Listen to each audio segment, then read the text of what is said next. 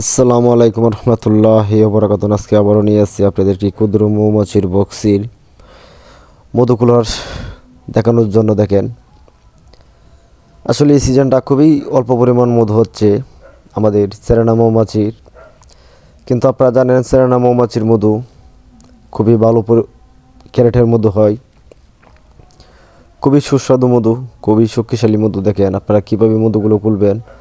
এটি একটি শুরু ফিতা, কিন্তু ছোটো ফিতা হলেও ভালো পরিমাণের মধু ফিতাটার মধ্যে এখন প্যাকেটিং করে নাই।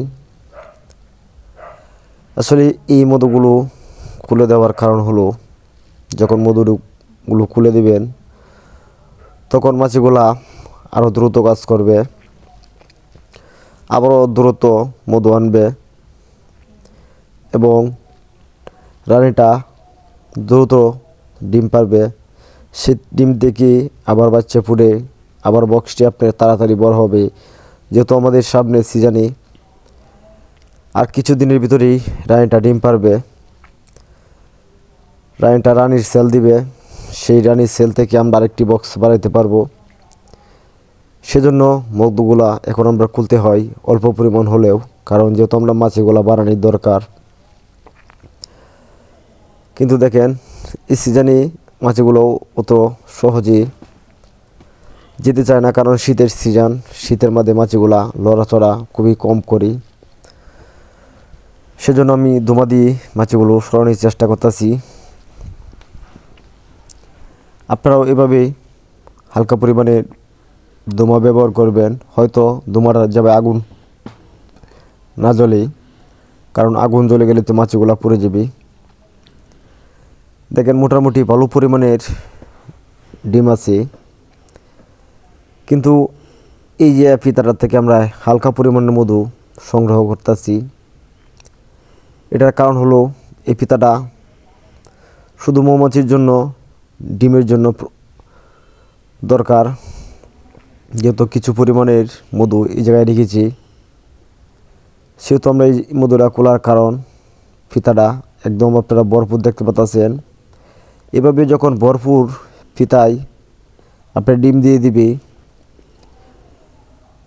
তখন মধু রাখার জন্য আগলা এক্সট্রা ফিতা করবে। এবং আপনারা হানি চেম্বার দুধ থেকে থাকে হানি চেম্বার দিতে পারেন। আর দুধ হানি চেম্বার না থাকে তাহলে আপনাদের এই বক্সে দুধু 8 ফ্রেমের বক্স হয়, তাহলে হয়তো 2টা ফ্রেমে ফুল পরিমাণের মধু রাখবে, সেই ফ্রেমে ডিম দিবে না। এরকম আমার অনেক বক্সে আপনারা দেখেছেন যে পুরা ফিতার মধ্যে এই মধু একটি ডিমও দেয় নাই, শুধু মধু রেখে সিল করেছি। এমন বক্স আমার অবশ্যই ভিডিওতে দেখেছেন। সেজন্য এই জায়গা থেকে মধুটা খুলে নিলে এই জায়গাতে আবার ডিম দিয়ে দিবে, সেহেতু এই জায়গা তার মধু রাখবে না। এই কারণেই আমরা এই অল্প পরিমাণের মধু খুলে নিচ্ছি, কারণ যেহেতু আমাদের মাছিগুলার প্রয়োজন।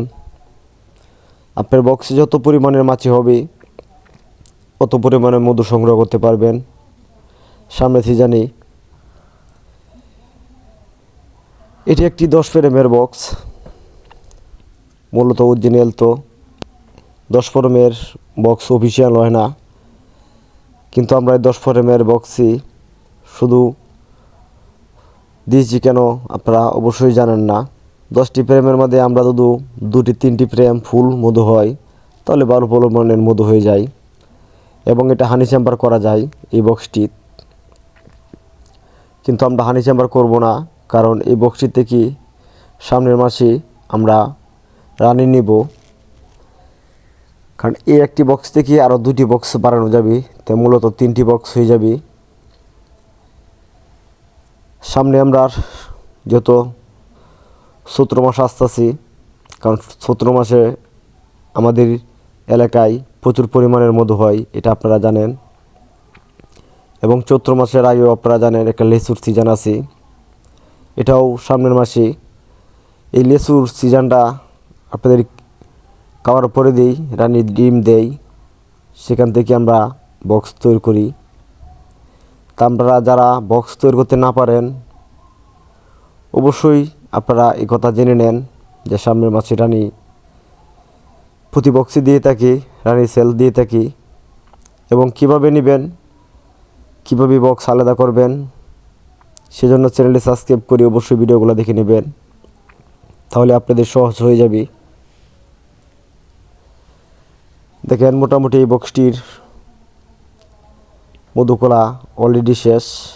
ভিডিওটি ভালো লেগে থাকলে অবশ্যই চ্যানেলটি সাবস্ক্রাইব করে একটি লাইক করে যেতে ভুলবেন না, এবং কিছু জানার থাকলে অবশ্যই কমেন্ট করবেন। দেখেন এটাই আমাদের শেষ ফিতা এই বক্সির। তবে এই ফিতার আমাদের ভালো পরিমাণের মধু আছে, আপনারা দেখাচ্ছেন। এবং মৌমাছির খুঁটিনাটি তথ্য আপনারা জানতে চাইলে অবশ্যই আমার চ্যানেলটি ঢুকি মৌমাছির খুঁটিনাটি তথ্য জানতে পারবেন। মৌমাছির ধরার থেকে মৌমাছির বক্স বানানো পর্যন্ত সেগুলি বিদায় নিলাম।